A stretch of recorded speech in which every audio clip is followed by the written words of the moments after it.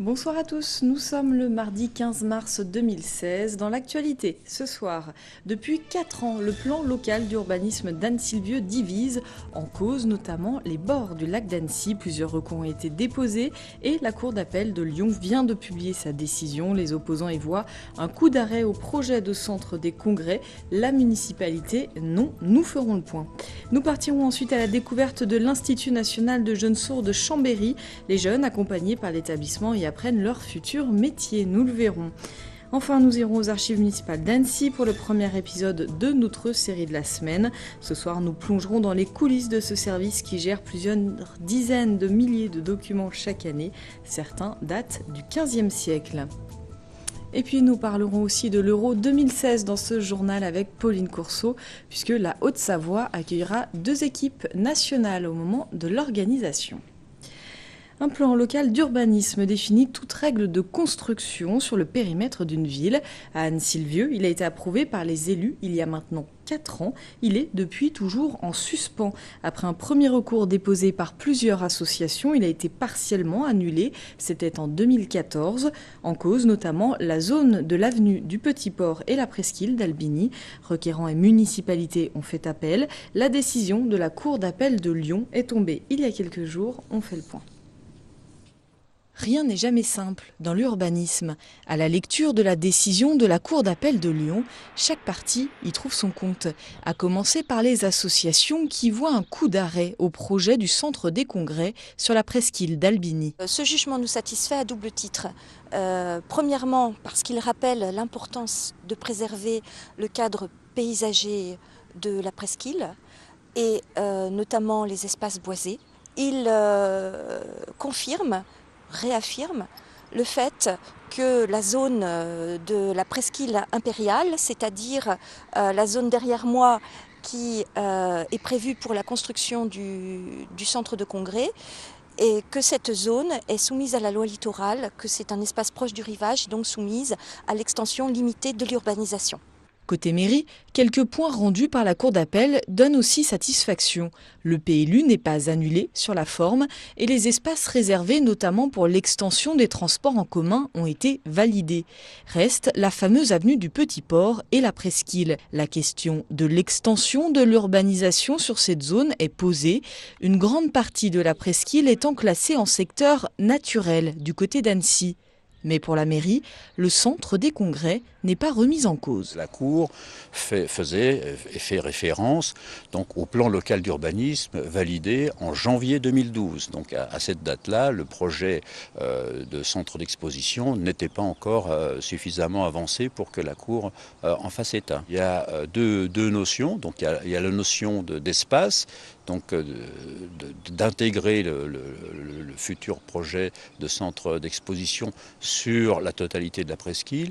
Et deuxièmement, effectivement, de prendre en compte une protection paysagère aux abords de l'avenue du Petit Port. On peut comprendre par comparaison avec ce qui s'est fait sur Annecy qu'il s'agit de l'alignement des platanes, par exemple, ou des espaces boisés le long de la plage.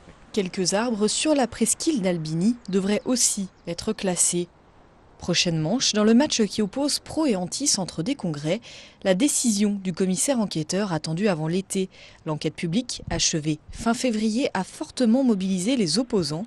Son avis, favorable ou non, sera donc observé de près. Le préfet aura ensuite le dernier mot. Dans l'actualité sociale, quelques images d'un rassemblement qui a eu lieu ce midi à Chambéry devant la Fondation du Bocage qui accompagne des jeunes en difficulté. Une mobilisation à l'initiative de la CGT Savoie et Sud Santé Sociaux. Dans le viseur des 2 syndicats, le 50e anniversaire de la convention collective du 15 mars 66 qui régit le secteur social. Une convention collective menacée par le patronat selon les organisations syndicales qui annoncent la suppression de 22 000 emplois dans le secteur d'ici 2017. On écoute Richard Sisti, secrétaire départemental du syndicat de l'action sociale, au micro de Sébastien Germain. Les syndicats employeurs Cinéas et FEGAPI, qui ont fusionné en juin l'année dernière, entendent dénoncer cette convention.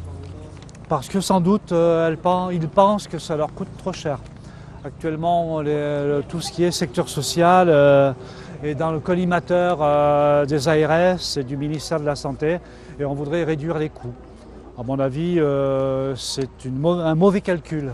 Nous demandons bien sûr le maintien de cette convention collective, la revalorisation des salaires avec un salaire à 1700 € net, un minimum, parce qu'il faut savoir que dans cette convention, il y a des gens qui ne sont même pas au SMIC. Voilà, il y a la généralisation des congés trimestriels, des congés supplémentaires. Enfin, en tout cas, on veut maintenir cette convention et pour plus tard obtenir une convention unique à tout le secteur médico-social. On reste à Chambéry. L'Institut national de jeunes sourds, créé en 1863 par Napoléon III, accueille des enfants et des jeunes, pour la plupart sourds ou présentant des troubles sévères du langage. Ils sont accompagnés sur le plan thérapeutique, éducatif et de l'enseignement. Des journées portes ouvertes ont été organisées il y a quelques jours. L'occasion de mieux connaître cette structure avec Olivia Boisson et Julie Marchand. Au sein de ces 4500 m² d'ateliers, 270 élèves apprennent un métier. Plusieurs avenirs sont possibles, soit des formations qualifiantes permettant d'acquérir un panel de compétences, soit des formations diplômantes permettant d'obtenir un CAP ou un bac pro. Mais à un détail près, la majorité des élèves est sourde et certains font l'objet de troubles du langage. Antoine, 18 ans, est ici pour une durée de 2 ans. Il vient de débuter un CAP menuiserie.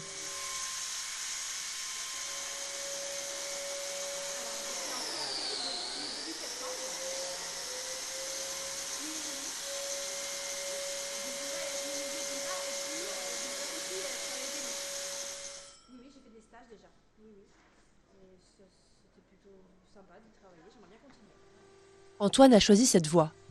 Mais d'autres formations sont possibles. Métiers de la petite enfance, restauration, plomberie, carrosserie. Et si certaines entreprises emploient d'elles-mêmes de jeunes sourds, la majorité reste frileuse face à cette différence. La formation professionnelle de ces jeunes est un véritable défi pour nous. Nous avons absolument besoin de nous appuyer sur des entreprises, comme naturellement toutes les autres formations professionnelles, sauf que là, nous avons le handicap de la surdité qui fait un peu peur à tout le monde. L'accompagnement de ces élèves se fait dès le plus jeune âge, et jusqu'à 20 ans, voire plus, selon la formation choisie. Se lancer dans la vie active est quelque chose de difficile pour ces jeunes sourds, qui apprennent le métier tout en apprenant à avoir confiance en eux. Les jeunes sourds ont évolué, la surdité a évolué parce que l'appareillage, la technologie a énormément évolué dans les appareils qui sont devenus numériques, dans les implants qui ont modifié la surdité. Certes, il y a des adaptations, mais une entreprise, ce n'est pas insurmontable pour une entreprise, il suffit d'y réfléchir, de travailler avec nous pour se rendre compte que l'adaptation peut se faire, je dirais, assez facilement. Une fois leur formation terminée et leur diplôme en poche, ces jeunes sourds sont prêts à entrer dans la vie active. Chambéry fait partie des 4 instituts nationaux, avec ceux de Paris, Bordeaux et Metz. On va parler football maintenant. La France accueillera l'Euro 2016 à partir du 10 juin prochain. 24 équipes nationales participeront à la compétition. Les matchs auront lieu un peu partout en France et notamment à Lyon et Saint-Étienne pour la région. L'UEFA, l'organisation qui gère le football européen, a dévoilé la carte des camps de base pour les différentes équipes durant l'Euro. Et la Haute-Savoie en accueillera 2. L'Allemagne s'installera à Évian et l'Islande à Anne-Sylvieux. Pauline Courceau m'a rejointe sur ce plateau pour en parler. Bonsoir. Bonsoir. Alors tout d'abord, l'Islande, elle posera ses valises dans l'agglomération d'Annecy. Pourquoi Annecy et Anne-Sylvieux ? Alors, l'équipe islandaise a tout simplement choisi parmi un catalogue de villes dans lequel figurait l'hôtel des 13 hommes d'Annecy, un hôtel 4 étoiles qui a séduit les Islandais. Pour l'établissement, ça va demander quelques petits ajustements, notamment en termes de sécurité, puisque par exemple, le GIGN est venu faire un petit état des lieux pour vérifier. Alors ça, c'est pour ce qui est du logement. Pour les entraînements, les Islandais se rendront sur le stade d'Albini à Anne-Sylvieux, qui va connaître du coup un petit lifting. Les travaux sont actuellement en cours et la pelouse sera changée. C'est la fédération islandaise qui paiera le coût des travaux, 75 000 €. Pour l'Allemagne, ce sera Évian et là, il va falloir payer un peu plus. Et oui, parce que pour recevoir les champions du monde en titre, eh bien, il faudra mettre les moyens. C'est une rénovation de 600 000 € que va connaître le stade Camille Fournier à Évian. Rénovation des vestiaires, du système de chauffage, installation des sanitaires et j'en passe. Rien ne sera laissé au hasard par la Mannschaft. Et ici, ce n'est pas la fédération allemande qui paiera les frais, mais bien la mairie. La collectivité justifie ce prix en disant que de toute façon, ces installations de rénovation étaient prévues dans les cartons et qu'elle a juste été avancée. Les Allemands, où vont-ils dormir pendant leur séjour à Évian? Alors ils séjourneront à l'hôtel Hermitage à Évian. Ce sera le camp retranché des Allemands puisque des caméras de surveillance supplémentaires seront mises en place ainsi qu'un nouveau portail de sécurité. Petite anecdote, outre la proximité de l'hôtel avec le stade, le petit plus aura été le golf pour les Allemands puisque les joueurs pourront se détendre avant ou après un match décisif. Est-ce que les fans vont pouvoir croiser les joueurs internationaux, que ce soit à Annecy ou à Évian? Alors pour les Allemands, ça risque d'être un petit peu compliqué puisque c'est un petit camp retranché, mais il y aura quand même des entraînements pour le public. Pour les Islandais, ce sera un petit peu plus simple puisqu'ils visent un petit peu moins la finale. Il y aura 400 places dans le stade pour aller les voir, donc il faudra quand même se presser. Merci beaucoup Pauline. C'est l'heure de notre série de la semaine. Cette semaine, nous nous sommes intéressés aux archives municipales d'Annecy. Elles ont aménagé il y a quelques mois dans un bâtiment flambant neuf dans le quartier de Galbert. Plus de 2000 mètres de linéaires de dossiers, registres et documents iconographiques sont conservés et valorisés par l'équipe. Je vous propose de découvrir ce soir les coulisses de ce service mal connu. Chaque semaine, en mairie d'Annecy, c'est une routine bien rodée qui se déroule dans les greniers. Pierre Lanternier collecte l'ensemble des documents administratifs produits par les services de la ville. Ces cartons, nous les retrouvons un peu plus tard dans les sous-sols des archives municipales. Le bâtiment a 1 an et ce sont 6 km de linéaires qui ont été aménagés. 2 sont déjà remplis. C'est en fait toute la mémoire de la ville qui est préservée ici. Notre collection de registres de délibération du Conseil de ville, l'ancêtre du Conseil municipal, existe depuis 1475. Alors on y trouve quasiment au jour le jour toutes les décisions prises par les autorités municipales. C'est une obligation pour les communes qui ont plus de 2000 habitants. Elles doivent constituer un service d'archives, un local propre aux archives. C'est pas la cave humide, c'est pas le grenier plein de courants d'air. C'est bien quand une ville a sa mémoire.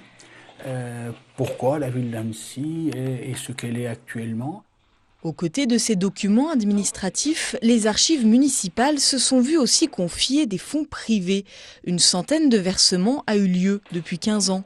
Ce soldat allemand a par exemple remis au service ses aquarelles. Il les a peintes pendant la guerre dans le camp de prisonniers installé à Novelle. Voilà ce qu'il voyait depuis le camp ou les alentours du camp.